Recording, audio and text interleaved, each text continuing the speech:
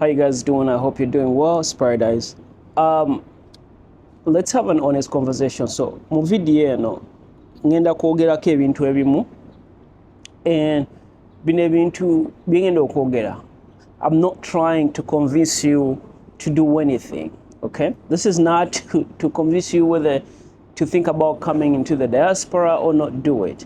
I'm just gonna lay some information that I keep finding, because as a documentary filmmaker, when I'm working on a project, I research. I try to find out, like I research communities and I research people, but right now I'm really into researching, finding out people that moved into the diaspora years ago. I'm talking 30, 40 years ago. Like, how was their experience? A lot of these people, bali kumiaka right now, they're just about ready to retire, or they should be thinking about retirement. Because I believe if we don't study abantu kye bayisemu, it's going to be really hard for us to predict the future, because while we are not able to entirely predict the future, but tusobola okuyigira ku bintu omuntu byayisemu and adjust it for today's time and try to see or try to predict the future. So in my process of studying abantu abawangalidde wano, I have come to understand that there's a deep waliwo ekintu ekitategeranga otuze mu diaspora, and it's really hard for us to understand because it's so exciting to move into this country. So the truth about the diaspora is hidden behind all the opportunities, but we never really talk about the trade-offs. Like, what is the trade-off when you leave your home country, Nogamantino or Zemu diaspora? There are things that you must give up. And this is whether you knowingly or unknowingly. First of all, is family. If you said every singer, you even tell yourself, oh, I'll stay in touch, I'll connect with you. It is going to be hard. And I tell people all the time, and this is not just me, it's not me thinking about this. Abantu abaleke abana babwe Uganda nga bato, and then they spent 15 years without going to Uganda for whatever reason, and then went back later. Those years are almost impossible to make up, because omuntu buli bwoyongera okubanga oli away from them, no matter how well you're providing, they start to grow into a person that can live without you, into a person that doesn't need you, into a person that cannot rely on you, into a person that cannot depend on you.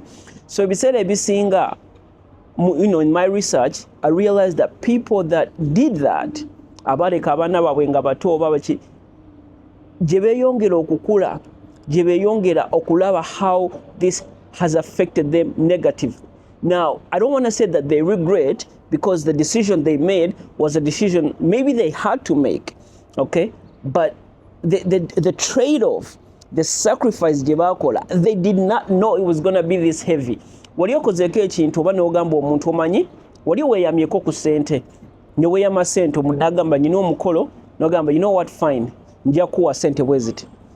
Omwagala era ssente wayagala okuzikwa. But the turning of events in your life makes it so hard for you to fulfill the commitment you wakola, while you already said you do it, so you must do it.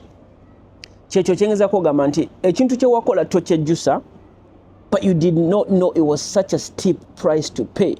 So number one, family. Abantu bagenda kufa nga tosobola kuziika. Your cousins, your nieces bagenda kukola emikolo. Ne obanga oyina empapula, you're not going to be able to afford to go on all the events. So you're going to miss out on a lot of life events. Number one, you're going to miss out a huge part of that. Number two, another big trade-off is who you wanted to be. If you said every singer, when you're back at home in your native country, oyina ebiroto, ebintu byewayagala okukola. Waliwo omuntu olumu nayogerako naye while I was doing this research, nangamba yali yakatandika kampani ye, ng'alabira ddala kampani egenda kukola, abantu beyasookamu eyo business ng'ali Uganda, beyagirekamu naye nga yabasookamu ng'abasinga n'obukugu, kati bali so far ahead kati ye yetunuulira n'agamba fine, I'm happy, I'm Wendy, but what could life have been if I had gone ahead and pursued my dream? So ako kentegeeza nti a lot of people don't realize that you may have to sacrifice your dream. This is more be applying ku muntu ng'oli mukulu, because once you get here, you're going to become the primary provider, most likely not just your household, your parents, maybe even your brother or sister's family. Now again about contributing us. So it's a lot of times your dreams are pushed back to the back burner. So that's a huge sacrifice that abantu abasinga takirowoozaako. Number 3, which is the biggest one, preparing for your retirement. Ebiseera ebisinga, when you're in your native country, you have peace of mind because wobeera sente z'okola n'ozireeta oli muziteeka ebiseera ebisinga mu kifo ky'ogenda okuretiringiramu. Do you guys get that?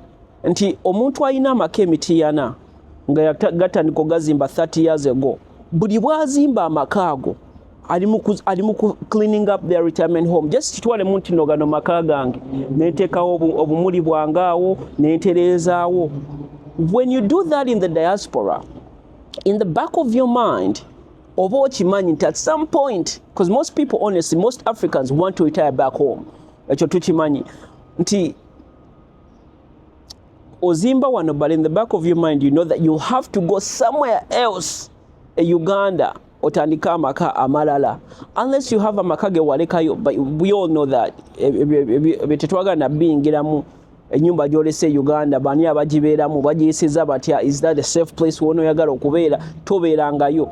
So that's something that, like, omuntu omukulu, it causes instability, because really tomanyi bulambu bugenda kubeera. Because we are talking here, I'm 31, so you might think, why am I even talking about these things? Because I've always been the kind of person, I think ahead, ndowooza mu future, because in this country, for Africans, faba loza nti omuntu muto, fena omuntu w'emyaka 25 tugamba muto. Here in the US, a 25-year-old is a man, not a child. A 19-year-old is a man, a 20-year-old is a man. So at 31, ndowooza mu ne ngamba, what will life be like? 20 years from now, I'll be 51. So when you come into the diaspora, that's another trade-off jokola, setting up your retirement home.